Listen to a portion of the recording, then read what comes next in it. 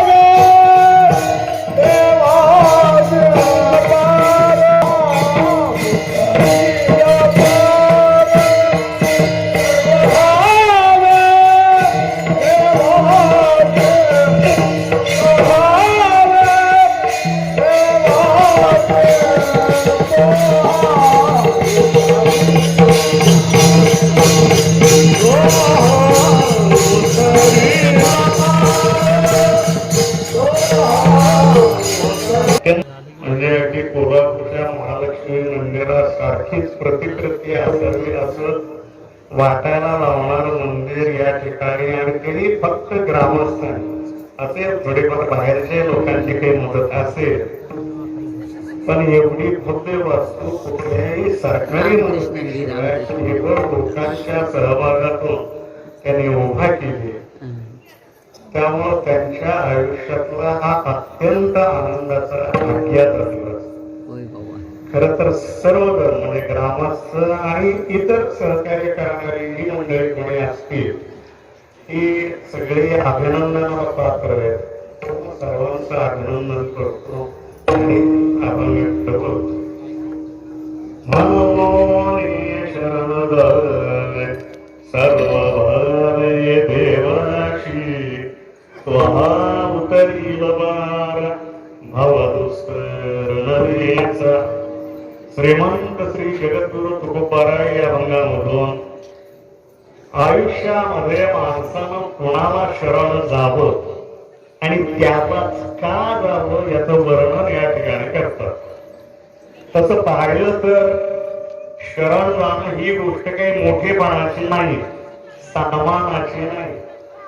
दुसऱ्याला शरण जायचं जर म्हटलं तर मग माणसांना आपला मोठेपणा, आपली कीर्ती, समाजामध्ये असणारी आपली प्रतिष्ठा, आपला मान सन्मान या सर्व गोष्टी त्याला विसरून जाव्या लागतात.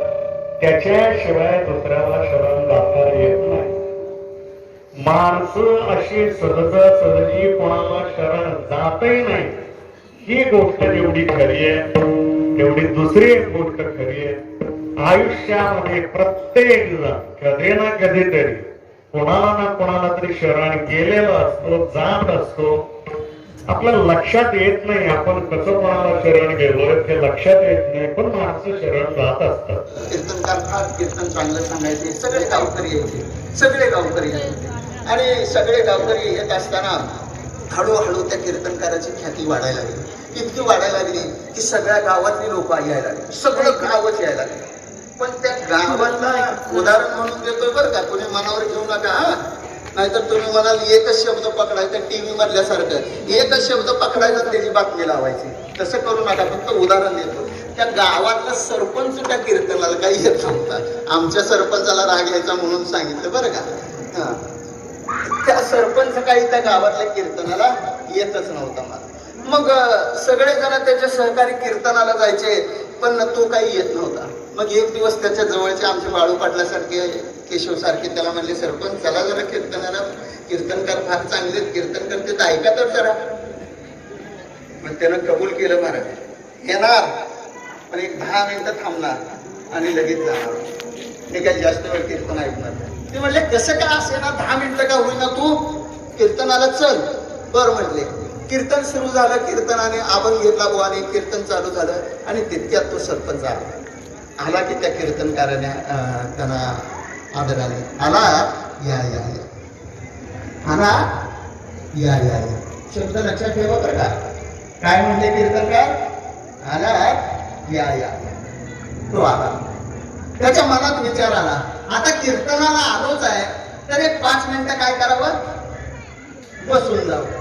बसून जावं असा मनात विचार आला की ते कीर्तनकार काय म्हणले, बसणार आहे बसा बसा. काय म्हणले, बसणार आहे बसा बसा. ते बसले आणि कीर्तन चालू झालं. 5 मिनिटं झाले की त्या सरपंचाच्या मनात आला, आता आपण उठून जावं. उठून जावं म्हटल्यानंतर लगेच कीर्तनकार म्हणले, उठणार आहे अच्छा उठा उठा. काय म्हटले? अच्छा उठा उठा. उठा म्हटले की तेही उठलं आणि त्याच्या मनात आला आता आपण निघून जावं म्हटल्यानंतर कीर्तनकार लगेच म्हणले आता निघताय. अच्छा निघा. काय म्हटले? 4 शब्द लक्षात ठेवा बरं का. आणि तो निघून गेला. घरी पोचल्यानंतर झोपायला गेल्यावर त्याच्या डोक्यात फक्त हे 4 शब्द बसलेले होते. कुठले? आला या बसणार बसा. कुठलं? तुम्हाला आमचा आजचा व्हिडिओ कसा वाटला हे कमेंट थ्रू सांगा आणि चॅनलला लाईक शेअर आणि सबस्क्राईब करा.